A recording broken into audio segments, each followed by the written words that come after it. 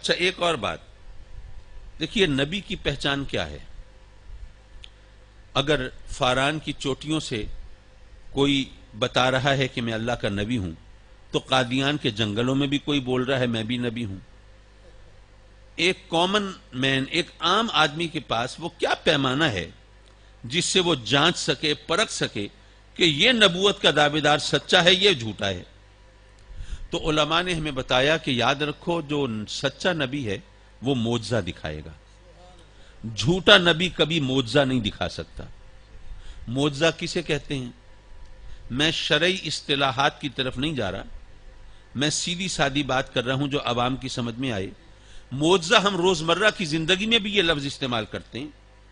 بارش ہو رہی ہے، ایک کھیت خشک رہ گیا، ایک کھیت سیراب ہو گیا، ہم کہیں گے بھئی کمال ہے، معجزہ ہو گیا۔ اسی طرح گاڑی خدا نہ خواستہ بری طرح حادثے کا شکار ہوئی، دیکھ کے لگتا ہے کہ جو بھی بندہ ہوگا بچے گا نہیں، لیکن ہمیں بتایا گیا کہ اس میں اتنے بندے سوار تھے کسی کو خراش تک نہیں آئی، آپ کہیں گے بھئی معجزہ ہو گیا۔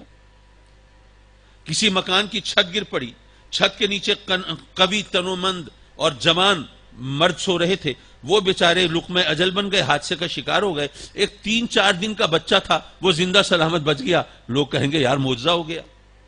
یعنی وہ چیز جس کی عقلی کوئی توجیہ پیش نہ کی جا سکے، اس کے لیے کوئی دلیل، کوئی ثبوت نہ لایا جا سکے، جو عقل میں آنے والی نہ ہو، جس کے سامنے عقل عاجز ہو جائے۔ معجزہ عجز و انکسار سے ہے نا، تو عقل عاجز ہو جائے، جو عقل کو عاجز کر دے وہ معجزہ ہوتا ہے، جو عقل کو عاجز کر دے وہ معجزہ ہوتا ہے۔ تو ہر نبی معجزے لاتا ہے۔ آپ دیکھیے حضرت سلیمان علیہ السلام اپنے تخت کو ہوا میں اڑا کے دکھا رہے ہیں، پتہ چلا کہ اللہ کے نبی ہیں۔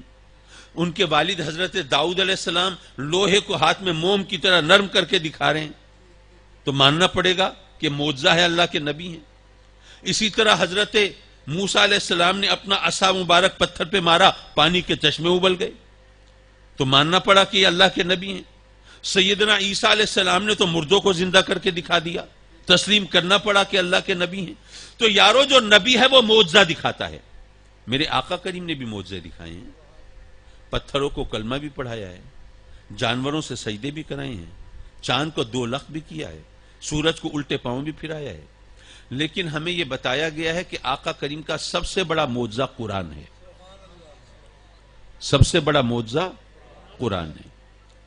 اب میں سوچنے لگا کہ مولا باقی انبیاء کرام علیہ السلام کے معجزے ہم پیش کرتے ہیں تو ہمیں ثبوت دینے کی ضرورت نہیں پڑتی کہ یہ معجزہ ہے۔ بھئی اگر حضرت عیسیٰ نے مردوں کو زندہ کیا تو کوئی دلیل چاہیے کہ معجزہ ہے؟ بھئی ظاہر نظر آ رہا ہے کہ معجزہ ہے۔ اگر حضرت سلیمان کا تخت ہوا میں اڑ رہا ہے تو کوئی ثبوت درکار نہیں کہ یہ معجزہ ہے، ظاہر ہے کہ دکھائی دے رہا ہے معجزہ ہے۔ لیکن میرے آقا کریم کا سب سے بڑا معجزہ ہم قرآن کہیں تو ہمیں دلیلیں دینی پڑتی ہیں کہ یہ معجزہ ہے۔ ایسا ہے کہ نہیں؟ منوانا پڑتا ہے، ثبوت پیش کرنے پڑتے ہیں کہ دیکھو یہ قرآن معجزہ ہے، اس کے اندر جو علم ہے وہ معجزہ ہے، جو غیب کی خبریں ہیں وہ معجزہ ہیں، جو اس کی فصاحت و بلاغت ہے وہ معجزہ ہے، جو اس کے اندر ہمارے لیے ہدایت و رہنمائی کا پیغام ہے وہ معجزہ ہے۔ ہمیں دلیلیں دینا پڑتی ہیں۔ تو مولا تو نے اپنے محبوب کو سب سے بڑا معجزہ وہ عطا فرمایا جس کے لیے دلیلیں لانی پڑتی ہیں۔ کیا زیادہ بہتر نہ ہوتا کہ سب سے بڑا معجزہ کوئی ایسا ہوتا جیسے باقی انبیاء کرام کے ہیں، کوئی دلیل اور ثبوت کی ضرورت ہی نہ پڑتی؟ لیکن یارو بات یہ ہے، انبیاء کرام علیہ السلام دنیا میں تشریف فرما ہوئے، انہوں نے لوگوں کو پیغام حق دیا، تو وہ ان کی قوم نے، ان کے زمانے کے لوگوں نے وہ معجزے دیکھے، ان کا مشاہدہ کیا۔ کیا آج کسی شخص کے پاس کسی ایسے شخص کا نام محفوظ ہے؟ آپ کے موبائل نمبر میں کسی کا نمبر ہے جس کو حضرت عیسیٰ علیہ السلام نے زندہ کیا ہو؟ کسی کا نہیں پتا۔ زندہ کیا تو تھا لوگوں کو، لیکن عطا پتا کسی کو نہیں۔ ہمارے لیے تو اب قصوں کہانیوں کی بات ہو گئی نا، لیکن اس وقت لوگوں نے دیکھا تھا، اپنی آنکھوں سے مشاہدہ کیا تھا۔ حضرت موسیٰ علیہ السلام نے جو چشمے نکالے تھے، کیا وہ کوئی پکنک سپاٹ ہے؟ کوئی وہاں پہ لوگ جاتے ہیں دیکھنے کے لیے، مشاہدہ کرنے، سیر سپاٹے کے لیے؟ کوئی بھی نہیں۔ بے شک اس وقت لوگوں نے خود دیکھا تھا کہ پتھر سے صرف عصا مار کے پانی کے چشمے ابل پڑے، لیکن آج کسی کو ان کی خبر نہیں ہے۔ حضرت سلیمان علیہ السلام کا تخت آج ہمیں ہوا میں اڑتا ہوا نظر نہیں آتا۔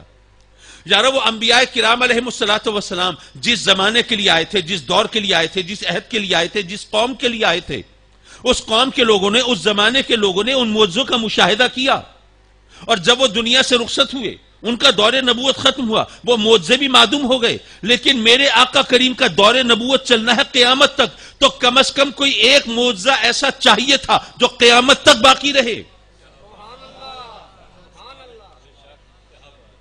کم از کم کوئی ایک معجزہ ایسا چاہیے تھا جو قیامت تک باقی رہے۔ بے شک پتھروں نے کلمہ پڑھا، لیکن وہ پتھر آج کلمہ پڑھ کے ہمیں نہیں سنا رہے۔ بے شک چاند دو لخت ہوا، لیکن آج وہ دو ٹکڑے ہمارے سامنے نہیں ہیں، اور اگر ہوتا تو یہ نظام شمسی اس طرح چل ہی نہیں سکتا تھا۔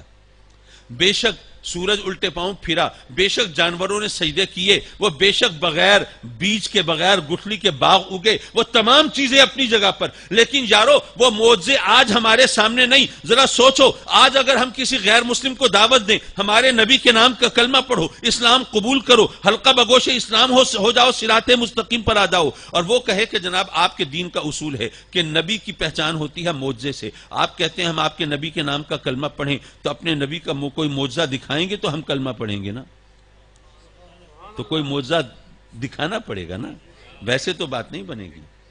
تو یارو قرآن مجید کا معجزہ ہونا دراصل ختم نبوت کی دلیل ہے۔ قرآن مجید کا معجزہ ہونا یہ ختم نبوت کی دلیل ہے۔ حضرات محترم، ہم تقریریں تو کرتے رہتے ہیں، اور ظاہر ہے، اچھا یہ بھی عرض کرتا چلوں کچھ معلومات کے طور پر، وہ یہ کہ مرزا غلام احمد قادیانی وہ یہاں بر صغیر میں آیا، اور اس کے بارے میں بتایا جاتا ہے کہ میٹرک پاس تھا۔ اچھا اس زمانے میں میٹرک پاس ہونا کو مطلب ہوتا تھا، آج کل کی طرح نہیں کہ جناب ماشاءاللہ ایم اے پاس، ویسے تو ایک تعلیمی معیار کی بات ہے نا۔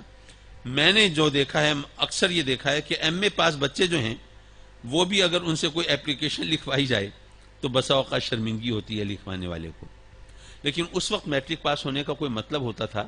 لیکن یارو یہ یاد رکھو کہ کوئی بھی نبی مکتب اور مدرسے کا محتاج نہیں ہوتا، ہر نبی امی ہوتا ہے۔ آپ کسی بھی اللہ کے نبی کے بارے میں کوئی دلیل لا دیجئے، کوئی ثبوت دکھا دیجئے کہ انہوں نے کسی کے سامنے زانویہ تلمس طے کیا ہو، کسی کی شاگردی اختیار کی ہو، کاغذ قلم سے رشتہ رکھا ہو، مکتب اور مدرسے کا رخ کیا ہو، پڑھنے لکھنے کا شغف اختیار کیا ہو، کسی ایک نبی کے بارے میں بتا دیجئے۔ ہر نبی امی ہوتا ہے، لیکن آپ بجا طور پر کہہ سکتے ہیں کہ جب ہر نبی امی ہوتا ہے تو پھر میرے آقا کریم کو بطور خاص امی کا لقب کیوں ملا؟ جب سبھی امی ہیں تو ایک ہستی کو بطور خاص امی کہنا یہ تو عجیب لگتا ہے نا۔ آپ ماشاءاللہ سب یہاں پہ مرد حضرات بیٹھے ہیں، لیکن کسی ایک شخص کو کہا جائے یہ مرد ہے تو عجیب لگے گا یا نہیں؟ اتنا عجیب نہیں لگے گا۔ اگر کوئی شخص بہت ہی جمع مردی کا کام دکھائے نا تو ہم کہیں گے یار کیا مرد ہے یہ، پھر کسی کو برا نہیں لگے گا، پھر اس کی جمع مردی کا ہر ایک اقرار کرے گا، اعتراف کرے گا۔ آقا کریم کو بطور خاص امی کا لقب اس لیے ملا کہ آپ کا سب سے بڑا معجزہ قرآن کی صورت میں آ رہا ہے، اور قرآن فصاحت و بلاغت کا شاہکار ہے۔ اگر آقا کریم مکتب اور مدرسے کا رخ کیا ہوتا، اگر کسی استاد سے پڑھا ہوتا، اگر شعر و ادب کی محفلیں سجائی ہوتی، اگر اس قسم کے ان کے مشاغل رہے ہوتے، تو لوگ یہ کبھی نہ مانتے کہ یہ اللہ کا کلام ہے، یہ کہتے کہ یہ ان کی فصاحت ہے، بلاغت ہے، یہ بڑے غضب کے شاعر ہیں، بڑے کمال کے ادیب ہیں۔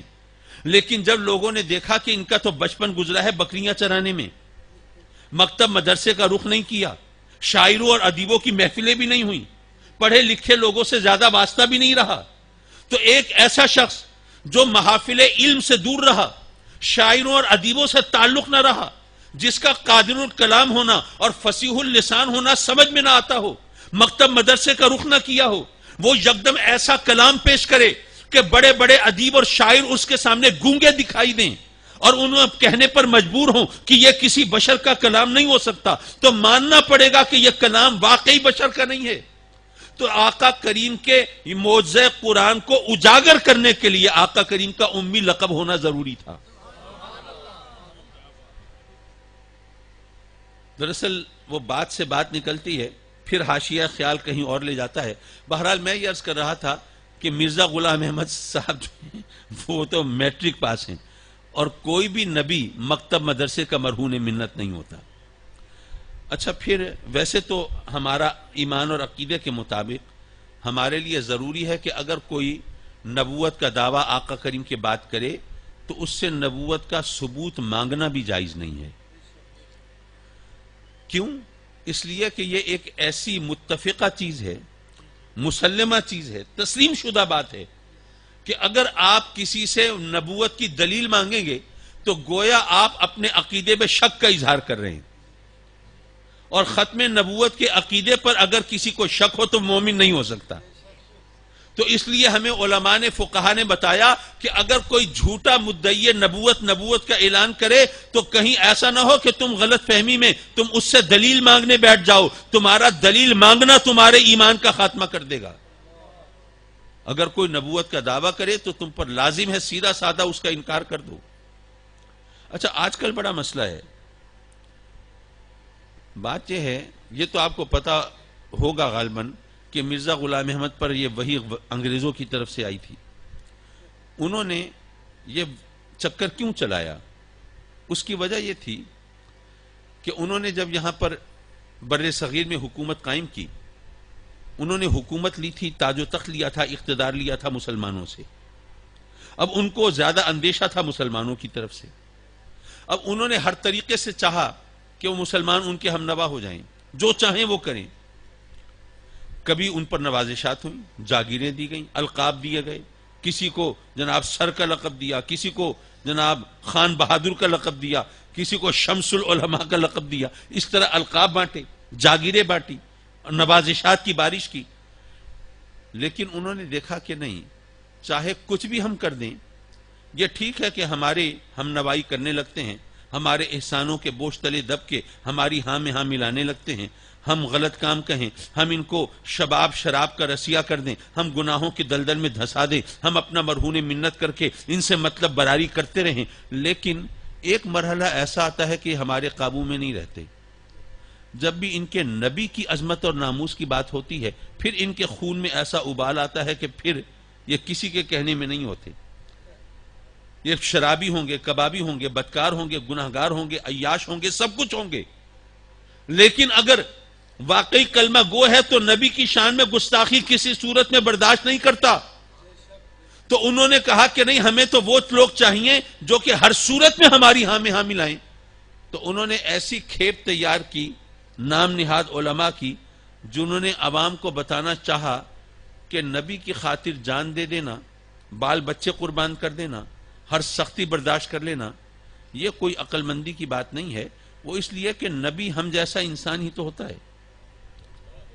جو ہم جیسا ایک عام انسان ہو، فرق صرف اتنا ہو کہ اس پر وہی آتی ہو، ہم پر نہ آتی ہو، تو ہم جیسا ایک عام انسان ہو، اس کی خاطر جان دینا یہ کس کو گوارا ہوگا؟ آپ سوچئے، آپ جان اسی کی خاطر دے سکتے ہیں جس کی آپ کی نظر میں کوئی قدر ہوگی، کوئی منزلت ہوگی، کوئی اہمیت ہوگی، اس کی محبت آپ کی رگو پے میں پیوست ہوگی۔ آپ اپنے گھر والوں کی، اپنی گھر کی خواتین کی عصمت کے تحفظ کے لیے آپ جان دے سکتے ہیں، وہ اس لیے کہ ان کا کوئی مقام ہے نا آپ کی نظر میں۔ آپ اپنے کسی محبوب ہستی کو بچانے کے لیے، اس کو ظالموں کے ظلم سے نجات دلانے کے لیے آپ جان دے سکتے ہیں۔ ظاہر ہے جان اسی کے لیے دیں گے جس کی کوئی خاص حیثیت ہوگی آپ کی نظر میں، لیکن جس کے بارے میں بتایا جائے کہ نہیں یہ عام انسانوں کی طرح ہی ہوتا ہے، اس کے اندر کوئی خصوصیت، کوئی کمال نہیں ہوتا، اس کی کوئی انفرادیت نہیں ہوتی، اس کے محامد و محاسن کی کوئی ایسی چیز نہیں ہے جس کو بنیاد بنا کر آپ کہیں کہ اس کی خاطر ہم اپنا گھر بار، اپنی آل اولاد، اپنا سر قربان کر سکتے ہیں۔ نہیں، وہ ایک عام انسان ہوتا ہے۔ انہوں نے اس طرح پٹی پڑھانے کی کوشش کی، لیکن ان کو پھر یہ حیرت ہوئی کہ وہ جناب یہ حربہ بھی زیادہ کارآمد نہیں ہوا، اور اب مسلمانوں کی اکثریت نے ان کے اس خیال کو رد کر دیا کہ نہیں، جو نبی ہے وہ عام انسانوں جیسا کیسے ہو سکتا ہے۔ اور یہاں پر ذرا بات آگے چلانے سے پہلے ایک بات اور کہتا چلوں. آپ نے کبھی غور کیا کہ جو مسیحی ہیں، عیسائی ہیں، وہ حضرت عیسیٰ علیہ السلام کو، مسیح علیہ السلام کو اللہ کا بیٹا کیوں مانتے ہیں؟ بھئی اللہ کو کبھی دیکھا نہیں، انہوں نے بھی تو نہیں دیکھا نا. تو جو اندیکھی ہستی ہے اس کا کسی کو بیٹا ماننا یہ ذرا عجیب سا لگتا ہے نا. کیوں مانتے ہیں؟ یارو اس وجہ سے مانتے ہیں کہ وہ نبی کی عظمت کو نہیں مانتے. اگر نبی کی عظمت کو مانتے ہوتے تو یہ شرک کبھی نہ کرتے. یہ بات ذرا عجیب لگ رہی ہوگی لیکن میں ذرا سمجھاتا چلوں. وہ چونکہ نبی کی عظمت کے قائل نہیں، ان کے خیال میں نبی ایک عام انسان کی طرح ہوتا ہے، اللہ کا پیغام لے آتا ہے، بس بات ختم ہو گئی. سمپلی میسنجر، ایک پیغامبر ہے، اس نے پیغام لا کے دے دیا، اس کی ڈیوٹی ختم ہو گئی. جب انہوں نے دیکھا کہ ایک ایسی ہستی جو مردوں کو زندہ کر کے دکھا دے تو انہوں نے سوچا کہ یہ صرف نبی تو نہیں ہو سکتا، یہ تو کچھ اور ہوگا. ایک ایسی ہستی جو مٹی کی مورتی میں پھونک مارے اسے جیتا جاگتا پرندہ بنا دے، یہ کسی مخلوق کا کام تو نہیں ہو سکتا، یہ تو خالق کا کام ہے. ہاتھ پھیرے بیمار پر اور ہاتھ پھیرنے سے اسے شفا ہو جائے، یہ کسی نبی کے اختیار میں کیسے ہو سکتا ہے؟ یہ تو اللہ ہی کا اختیار ہوگا. تو انہوں نے کہا کہ جو یہ کام کر کے دکھا سکتا ہے یا تو وہ اللہ ہوگا یا اللہ کا بیٹا ہوگا، اور تو کوئی ہو نہیں سکتا. کیونکہ وہ نبی کی عظمت کو نہیں مانتے تھے. یارو ہم اہل سنت چونکہ نبی کی عظمت کو مانتے ہیں اس لیے شرک نہیں کرتے. ہم کہتے ہیں بے شک میرے آقا کریم چاند کے 2 ٹکڑے کر سکتے ہیں لیکن وہ اللہ نہیں ہیں، وہ اللہ کے نبی ہیں. بے شک وہ سورج کو الٹے پاؤں پھرا سکتے ہیں لیکن اللہ نہیں ہے، اللہ کے نبی ہیں. بے شک پتھروں سے کلمہ پڑھا سکتے ہیں، بے شک درختوں کو اپنی بارگاہ میں بلا سکتے ہیں، بے شک بادلوں کو پھاڑ کے دکھا سکتے ہیں، لیکن ان سب کے باوجود وہ بہرحال اللہ نہیں ہے، وہ اللہ کے نبی ہیں. کیوں؟ اس لیے کہ ہم نبی کی عظمت کے قائل ہیں، ہم شرک نہیں کرتے. جناب محترم، اب وہ انہوں نے چاہا کہ اس طرح لوگوں کو چکر دیا جائے، لوگ مانے نہیں. انہوں نے سوچا کہ اب ایسے نہیں مانتے تو ایسا کرو ان کے پاس ایک نبی بھیج کے دکھا دو کہ نبی تو ایسا ہوتا ہے.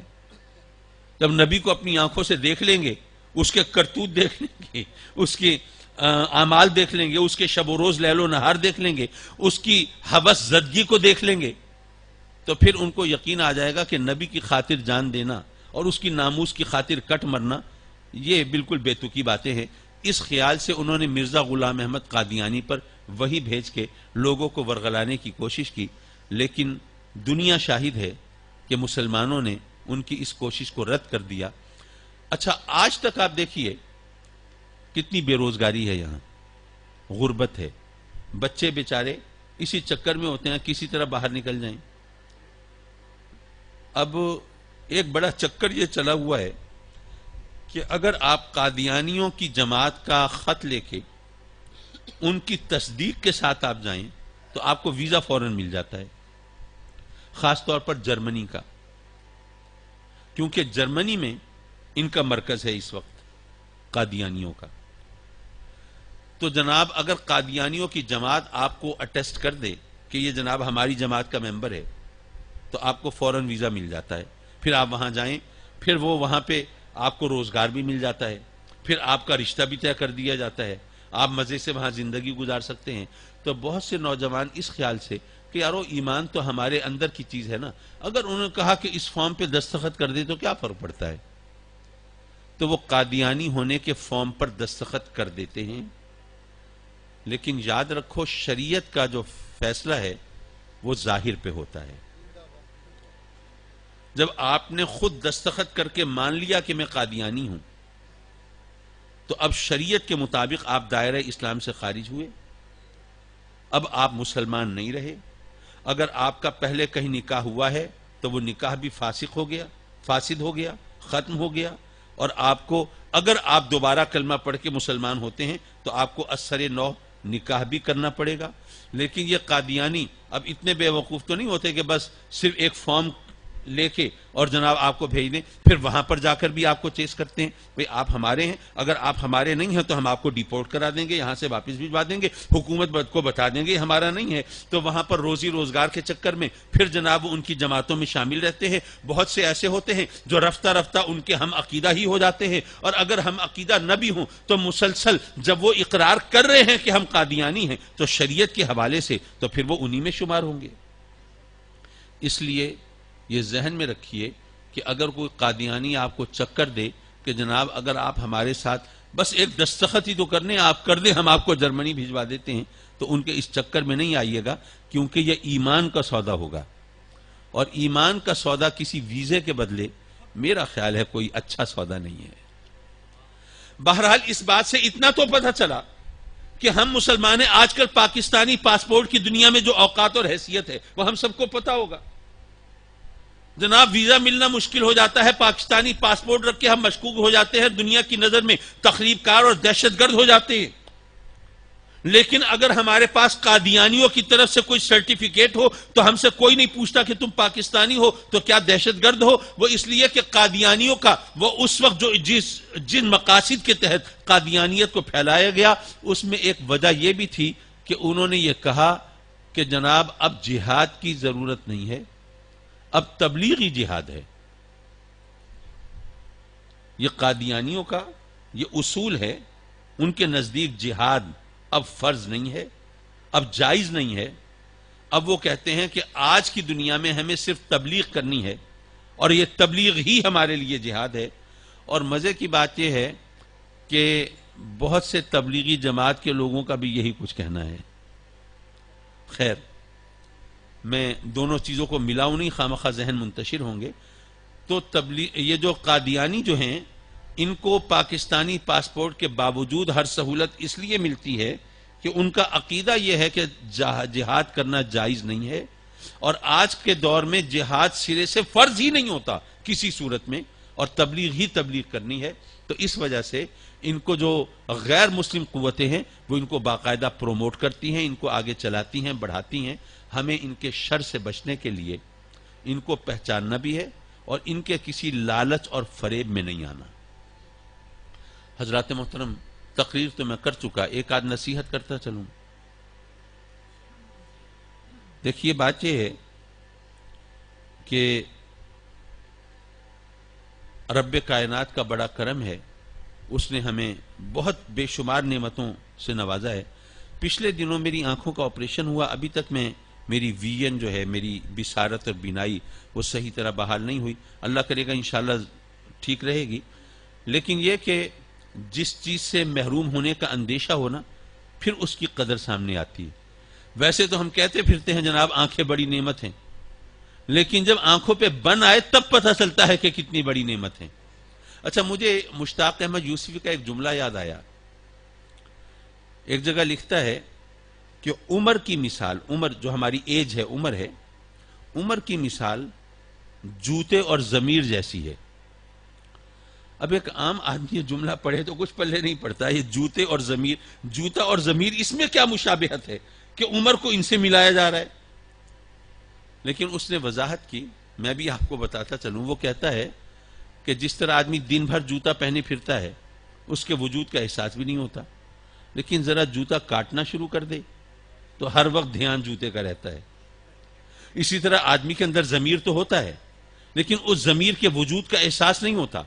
لیکن کوئی ایسا آدمی کام کر بیٹھے جس سے ضمیر پر بوجھ محسوس ہو تو پھر ضمیر کے وجود کا احساس ہوتا ہے۔ یعنی جب تک جوتا اور ضمیر تکلیف نہ دیں، ان کے وجود کا احساس نہیں ہوتا۔ تو وہ مشتاق احمد یوسفی کہتا ہے عمر کی مثال بھی اسی طرح ہے۔ آدمی پل رہا ہے، بڑھ رہا ہے، 40 سے اوپر ہو گیا، ابھی تک وہ اپنے آپ کو بڑا طاقتور اور جوان سمجھ رہا ہے، لیکن جب کسی موقع پر اس کو بڑھتی ہوئی عمر کی وجہ سے کوئی تکلیف پہنچتی ہے نا، پھر خیال آتا ہے کہ اوہ یار اب بوڑھے ہو گئے ہم۔ میں عرض کر رہا ہوں کہ اس کا کرم ہے، اس نے بے شمار نعمتیں عطا فرمائی ہیں اور اس کا احسان ہے۔ ہم دعا کرتے ہیں اللہ تعالیٰ سب کو اپنا گھر، اپنی چھت عطا فرمائے۔ لیکن بہت سے لوگ ایسے بھی ہوں گے جو کرائے کے گھروں میں رہتے ہوں گے۔ اب جب کرائے کے گھروں میں رہتے ہیں تو وہاں کچھ مسائل بھی ہوتے ہیں۔ بعض اوقات تکلیف محسوس کرتے ہیں یار کوئی معزز آدمی آ جائے، بٹھانے کی کوئی معقول جگہ نہیں ہے، اور خاص طور پر اگر کسی مہمان کو اندر کوئی واش روم وغیرہ میں جانا ہو تو ایک عذاب ہو جاتا ہے، گھر میں پردہ کراؤ، اندر لے کے جاؤ، یہ کرو وہ کرو، مشکل ہو جاتی ہے۔ مالک مکان کے پاس پہنچے، بھائی مہربانی کرو ذرا ایک کمرہ ڈلوا دو، ایک باتھ روم بنوا دو۔ اس نے کہا کہ بھائی تمہیں اگر بارے نہیں کھاتا تو تم چھوڑ دو مکان، میرے پاس کرایہ دار اور بہت، اور تمہیں بہت ضرورت ہے تو تم ڈلوا لو ایک کمرہ، بنوا لو ایک باتھ روم، لیکن میرا کرایہ مجھے پورا ملنا چاہیے، میں اس میں کمی برداشت نہیں کروں گا۔ تنگ آ کے کبھی بندہ سوچتا ہے یار چلو ایک کمرہ بنوا ہی لوں، میں باتھ روم بنوا لوں، لیکن جب ایسٹیمیٹ سامنے آتا ہے، تخمینہ لاگت کتنے پیسے خرچ ہوں گے، تو دل بیٹھ جاتا ہے، نہ بھائی میں کوئی پاگل ہوں کرائے کے مکان پہ اتنا خرچ کر دوں۔ نہیں، ایسا کرتے ہیں ذرا کوشش کرتے ہیں، کوئی کمیٹی ڈالتے ہیں، کوئی قرض ادھار دوستوں سے اٹھاتے ہیں، اپنی جمع پونجی اکٹھی کرتے ہیں اور کسی طرح کوشش کر کے اپنا ذاتی مکان بنا لیتے ہیں، پھر اسی پہ خرچہ کریں گے، اسی میں اپنے ارمان پورے کریں گے، اس میں آرام سے رہیں گے، وہاں پر سب کچھ وہ اپنی خواہشات کی تکمیل کا سامان کریں گے۔ یہ کرائے پہ کے مکان پہ پیسہ خرچ کرنا یہ تو بے وقوفی ہے، نادانی ہے، پاگل پن ہے۔ لاکھوں روپے مکان کرائے کے مکان پہ کون خرچ کرے؟ عقل مندی کی بات ہے۔ لیکن یارو یہ دنیا بھی تو کرائے کا مکان ہے نا، اس میں کون سا ہمیشہ رہنا ہے؟ لیکن ہم نے تو اپنا سب کچھ اسی کرائے کے مکان پہ لگا دیا ہے، اور جس مکان میں ہمیشہ رہنا ہے اس کے بارے میں تو ہمیں خیال بھی نہیں آتا، اب بنے گا کیسے، اس کی تعمیر کیسے ہوگی، ترقی کیسے ہوگی، فرنیشنگ کیسے ہوگی، انٹیریئر ڈیکوریشن کیسے ہوگی، ہم نے کبھی سوچا ہی نہیں۔ حضرات مکرم، وہ پچھلے دنوں وہ انڈیا کے ایک شاعر کا شعر سنا، وہ اسی حوالے سے تھا، اس نے تو خیر ارباب اقتدار کے حوالے سے کہا تھا، اور ماشاءاللہ میں کوئی سیاست نہیں بول رہا، اور آپ نے جانتے ہوں گے کہ میں کبھی ان محافل کو سیاست کے لیے استعمال نہیں کرتا کبھی بھی، الحمدللہ، لیکن یہ پچھلے دنوں جو کچھ ہوا وہ گویا اس نے نقشہ کھینچا۔ وہ کہتا ہے کہ جو آج ہیں صاحب مسند وہ کل نہیں ہوں گے، جو آج ہیں صاحب مسند وہ کل نہیں ہوں گے، کرائے دار ہیں ذاتی مکان تھوڑی ہے، کرائے دار ہیں ذاتی مکان تھوڑی ہے۔ اچھا، اسی غزل کا ایک اور اچھا شعر ہے، اور معاف کیجئے میں آپ کو بتاتا چلوں، میں نے ماسٹرز کیا ہے اردو میں، تو شعر و ادب ذرا میری کمزوری بھی ہے، اور ویسے کہنے والے کہتے ہیں کہ اچھا شعر اور اچھا لطیفہ موقع محل کا محتاج نہیں ہوتا۔ تو اس غزل کا ایک اور شعر ہے، موضوع سے تعلق نہ ہوگا لیکن شعر اچھا ہے، کہتا ہے کہ ہمارے منہ سے جو نکلے وہی صداقت ہے، ہمارے منہ سے جو نکلے وہی صداقت ہے، ہمارے منہ میں تمہاری زبان تھوڑی ہے، ہمارے منہ میں تمہاری زبان تھوڑی ہے۔ چلیں، شعروں کی بات چلی ہے تو کوئی نعت کا ایک آدھ شعر سنا دوں آپ کو اور آپ کی جان چھوڑ دوں۔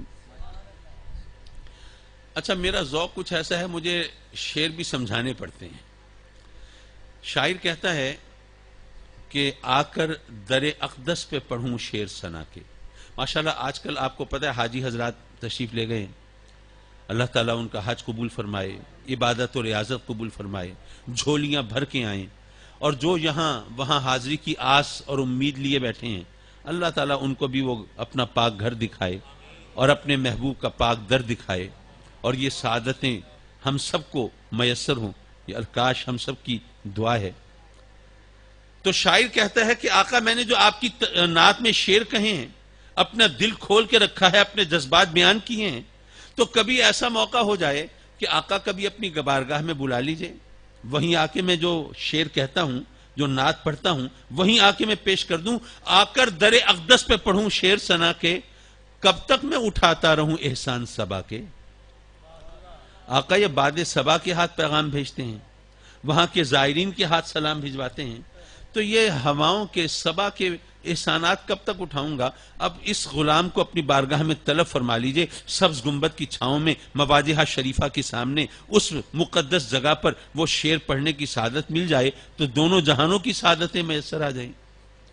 آ کر در اقدس پہ پڑھوں شعر ثنا کے، اور کب تک میں اٹھاتا رہوں احسان صبا کے۔ ایک اور نعت کا ایک اور شعر یاد آیا مجھے، وہ بھی ذرا تھوڑا سا ذرا معمول سے ہٹ کے ہے، اس لیے وہ بھی عرض کرتا چلوں۔ شاعر کہتا ہے کہ یہ میرا ادنا سا فن، یعنی میں جو شاعری کرتا ہوں تو شعر کہنا کوئی بہت بڑا فن تو نہیں ہے، گلی گلی کوچے کوچے میں شاعر پھرتے ہیں، لیکن آقا جب میں شعر کہتا ہوں اور آپ کی نعت کے لیے استعمال کرتا ہوں اپنے اس فن کو تو آپ کی توجہ مجھے میسر آتی ہے، آپ کی نگاہ کرم ہوتی ہے، التفات ہوتا ہے. تو یہ میرا ادنا سا فن، یہ ان کا لطف بے کراں، یہ میرا ادنا سا فن، یہ ان کا لطف بے کراں، اتنا ڈھیروں ڈھیر سودا اتنے کم میں آ گیا. اتنا ڈھیروں ڈھیر سودا اتنے کم میں آ گیا. اور ایک شعر اور سن لیجئے، شاید پہلے بھی سنایا ہو آپ کو.